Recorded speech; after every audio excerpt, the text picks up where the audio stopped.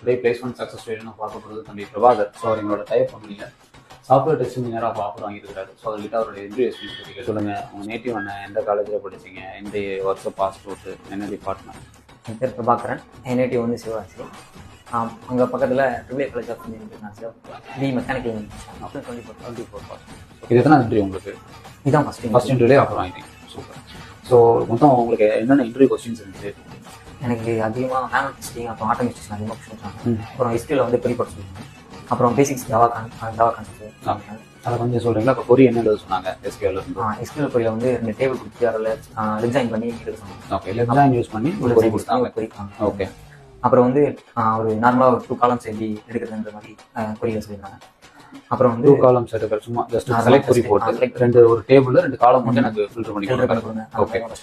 அதுக்கப்புறம் தான் ஜாயின் பண்ணாங்க. ஓகே.